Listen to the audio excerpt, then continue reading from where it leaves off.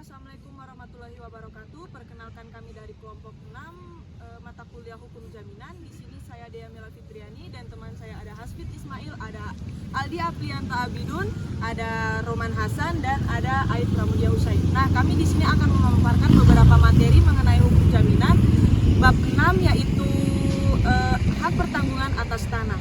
Terima kasih.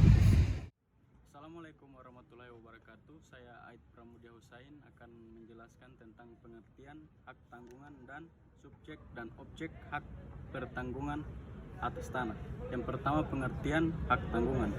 Hak tanggungan adalah hak jaminan yang dibebankan pada hak atas tanah sebagaimana dimaksud dalam Undang-Undang Nomor 5 Tahun 1960 tentang Peraturan Dasar Pokok-pokok Agraria. Dari rumusan tersebut dapat diketahui bahwa hak tanggungan pada dasarnya adalah suatu jaminan pelunasan utang dengan hak mendahului dengan objek jaminan berupa hak-hak atas tanah yang diatur dalam Undang-Undang Nomor 5 Tahun 1960. Yang kedua, objek dan subjek hak pertanggungan atas tanah. Yang pertama, subjek hak tanggungan. Mengenai subjek hak tanggungan tentunya sama dengan subjek hukum yang telah kita ketahui. Namun demikian, dalam buku ini untuk subjek hak tanggungan dapat diuraikan berikut. Poin A, pemberi hak tanggungan.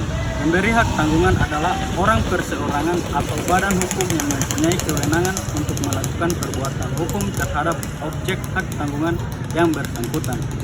Poin B, pemegang hak tanggungan. Pemegang hak tanggungan adalah perseorangan atau badan hukum yang berkedudukan sebagai pihak yang berpiutang. Yang kedua, objek hak tanggungan.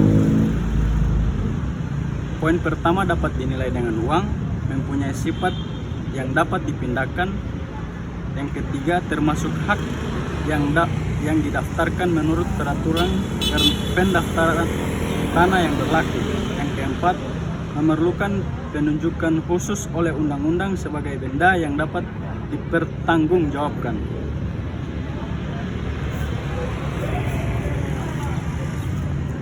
Poin E, bangunan, rumah susun, dan hak milik atas satuan rumah susun yang berdiri di atas tanah hak milik. Dari uraian di atas, maka dapat diketahui bahwa objek hak tanggungan atas tanah adalah hak milik, hak guna bangunan, hak guna usaha, dan hak pakai, sebagaimana yang saya uraikan. Sekian dari saya, akan dilanjutkan oleh teman saya. Terima kasih. Warahmatullahi wabarakatuh. Nama saya Dea Mila Fitriani. Di sini saya akan menjelaskan mengenai sistem hak tanggungan atas tanah, sifat dan ciri-cirinya. Saya perwakilan dari kelompok 6 kelas G. Nah, saya mengambil satu pendapat, yaitu menurut R. Subekti mengatakan bahwa sistem adalah suatu susunan atau catatan yang teratur, suatu keseluruhan yang terdiri atas bagian-bagian yang berkaitan satu sama lain, tersusun menurut suatu rencana atau pola hasil suatu pemikiran untuk mencapai suatu tujuan. Nah, berdasarkan Undang-Undang Nomor 4 Tahun 1996 tentang hak tanggungan atas tanah, menurut Maryam Darus Badrul Jaman, asas-asas yang mendukung hak tanggungan tersebut ada beberapa macam. Yang pertama yaitu asas sistem tertutup. Artinya selain dari hak jaminan kebendaan yang diatur Undang-Undang Hak Tanah, Undang-Undang Rumah Susun Nomor 16 Tahun 1985, Undang-Undang Perumahan dan Undang-Undang Pemukiman Nomor 4 Tahun 1992 dan Undang-Undang Jaminan Fidusia, tidak dapat diadakan hak jaminan kebendaan lain berdasarkan kesepakatan antara pihak. Kemudian asas droit de préférence atau didahulukan maupun diutamakan. Artinya, kreditur pemegang hak tanggungan mempunyai hak yang didahulukan atau diutamakan untuk dipenuhi piutangnya. Kemudian ada asas droit de suite, yaitu hak tanggungan memiliki sifat yang sama dengan hak kebendaan, yaitu hak tanggungan tetap mengikuti objeknya di tangan siapapun objek hak tanggungan itu berada. Kemudian ada asas spesialitas yang artinya pertelaan mengenai objek hak tanggungan yang terwujud dalam uraian mengenai objek hak tanggungan yang dituangkan dalam sertifikat atau bagi tanah yang belum terdaftar sekurang-kurangnya memuat uraian mengenai kepemilikan, letak, batas-batas dan luasnya tanah. Kemudian asas publisitas artinya adalah pendaftaran dan pencatatan dari pembebanan objek hak tanggungan sehingga terbuka dan dapat dibaca dan diketahui oleh umum. Kemudian asas mudah dan pasti dalam pelaksanaan eksekusi yang artinya adalah bahwa pelaksanaan eksekusi hak tanggungan bagi pemegang hak tanggungan harus memiliki kepastian hukum dan mudah untuk dieksekusi sesuai ketentuan peraturan perundang-undangan yang berlaku dengan adanya irah-irah demi keadilan berdasarkan Tuhan Yang Maha Esa. Kemudian ada asas aksesorir, asas pemisahan horizontal, asas perlekatan, asas itikat baik yang artinya itikat baik bersifat objektif yaitu itikat baik yang sesuai kepatutan yang berlaku di dalam masyarakat pada umumnya. Kemudian proses pembebanan hak tanah itu bagian D.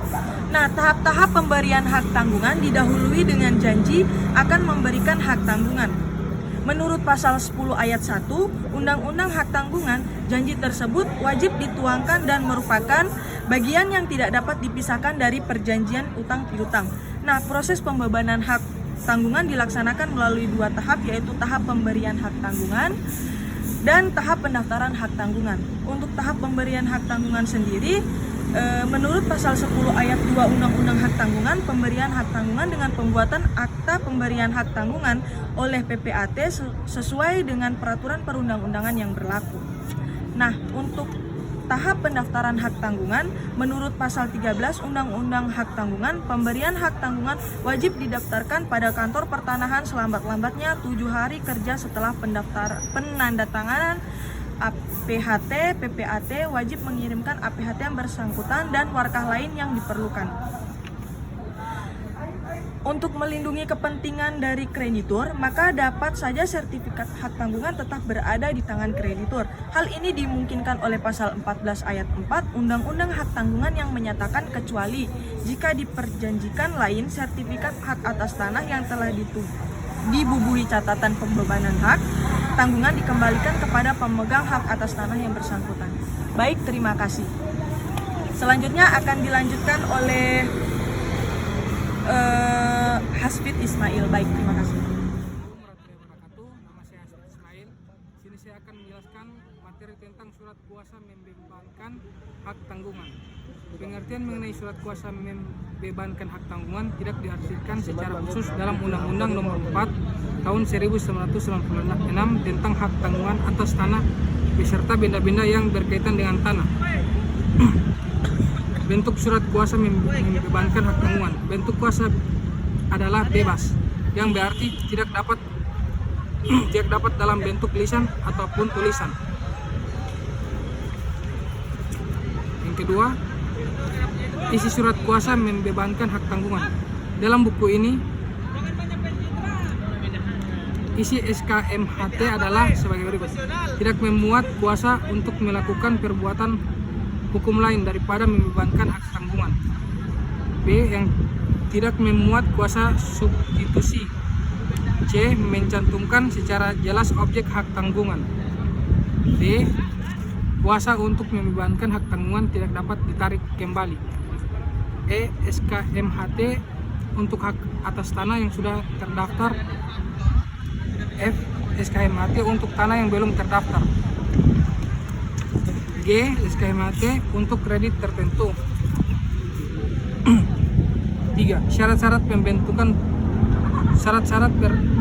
pembuatan surat kuasa membebankan hak tanggungan dilakukan dengan akta notaris maupun akta PPAT harus memuat hak yang sesuai dengan persyaratan sebagai disebutkan dalam pasal 15 ayat 1 UU HT.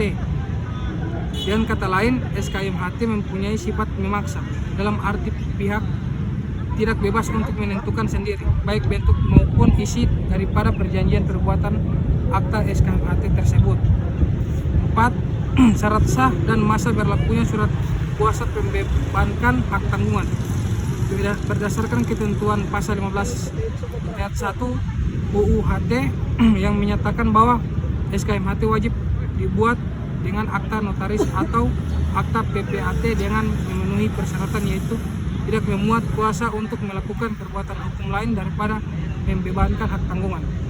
Sekian dari saya ya, dan akan dilanjutkan oleh teman saya. Assalamualaikum warahmatullahi wabarakatuh. Di sini nama saya Roman Agustian Hasan. Saya akan menjelaskan tentang eksekusi hak tanggungan atas tanah. Eksekusi berdasarkan kekuatan eksekutor, ada kelebihan dan kekurangannya. Kelebihan eksekusi berdasarkan kekuatan eksekutor, sertifikat hak tanggungan yang melibatkan pengadilan negeri, yaitu meskipun ada perlawanan, pengadilan dapat melaksanakan eksekusi. Bagi pemenang lelang, pengosongan objek hak tanggungan berdasarkan pasal 224 HIR akan lebih mudah dan dipastikan dibandingkan dengan parate eksekusi yang terlebih dahulu harus mengajukan gugatan. Oke, terima kasih. Itulah penjelasan dari saya. Untuk penjelasan seterusnya akan dilanjutkan oleh teman saya. Terima kasih.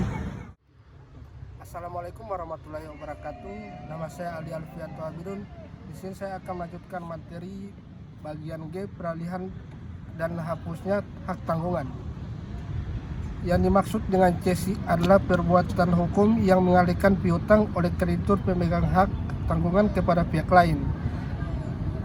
Subrogasi adalah penggantian kreditur oleh pihak ketiga yang melunasi utang kreditur. Kemudian bagian H, royal hak tanggungan.